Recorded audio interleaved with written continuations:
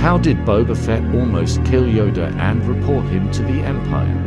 In 1AB, Fett was assigned a mission by Darth Vader to track down the Shiido anthropologist Mammon Hall and his nephew and niece Zak and Tash Aranda, and to either kill or capture them and bring them back to him, to OK credits for the latter and 75K for the former. During his mission he was able to track them down and snuck onto their ship. When they left for Cohen, they discovered Fett had snuck onto their ship. A holding back Fett almost killed them, but they managed to escape through the escape pods. They landed on Cohen and went looking for their old friend Devi, who would find them secret files for a planet for them to run away in and hide from the Empire in the databank of the Cohen Galactic Research Academy, one of the largest repositories of galactic knowledge anywhere, with billions of data on unregistered planets in the galaxy. They picked Dagobah when they were suddenly confronted by Platafik and her smugglers, who stole Thea files and wanted to go to Dagobah now as well. At first they were gonna leave them behind to be captured by Imperials, but when they realized doing that would only reveal their location, they allowed them to come with them. Just then stormtroopers came in and they escaped, deleting the files of Dagobah from the databanks right before they left.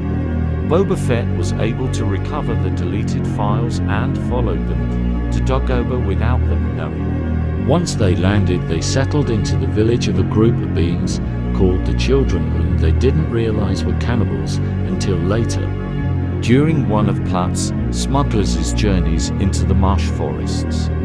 They discovered Fett's ship and became alert of him hunting them, unaware that the Children had captured Fett and put him into their cage collection, for him to be the food of a future feast.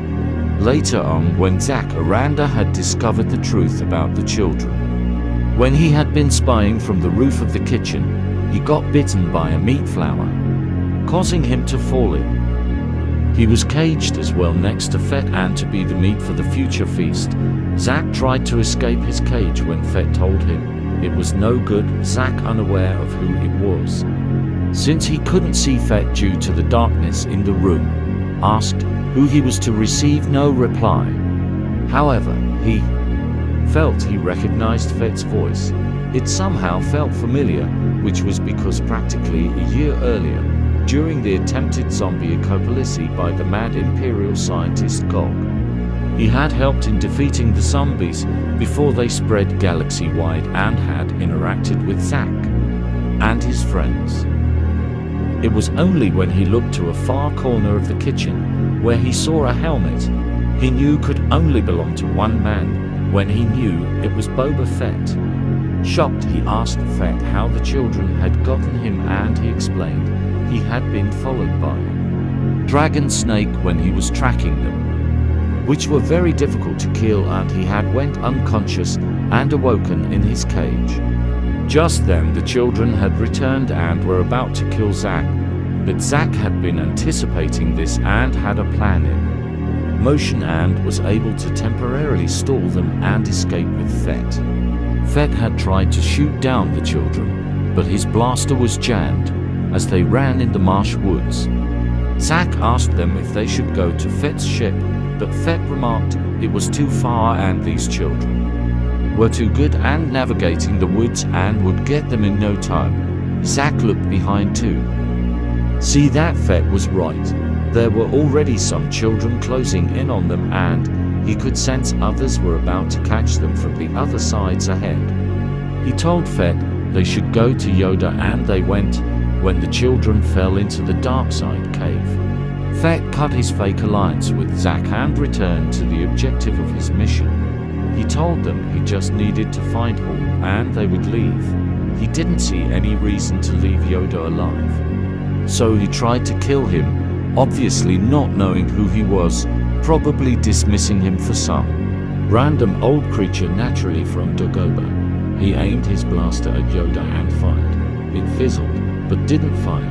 Fett realized it had moisture damage. He then went for his holdout blaster in his boot, but it was covered in swamp slime. Fett, annoyed, tossed it aside and aimed his capture cable at the little creature as he fired. Yoda squawked and threw his arms up in defense. The cable accidentally grasped the walking cane and jerked it from Yoda's hands. Fett stumbled backwards. The cane came flying and smacked him down. The dark side cave. Yoda let out a gentle sigh. He was toying with the bounty hunter, fooling him. He wasn't even trying. The cave showed Fett no futures.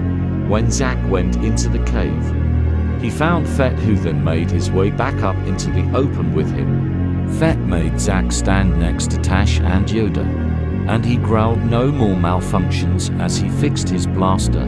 Yoda simply smiled and played stupid, acting like he didn't even know what a blaster was. Fett was waiting for Hall. Then Hall emerged with Platt and her smugglers. Fett, outnumbered and sensing a trap, made a tactical retreat into the woods.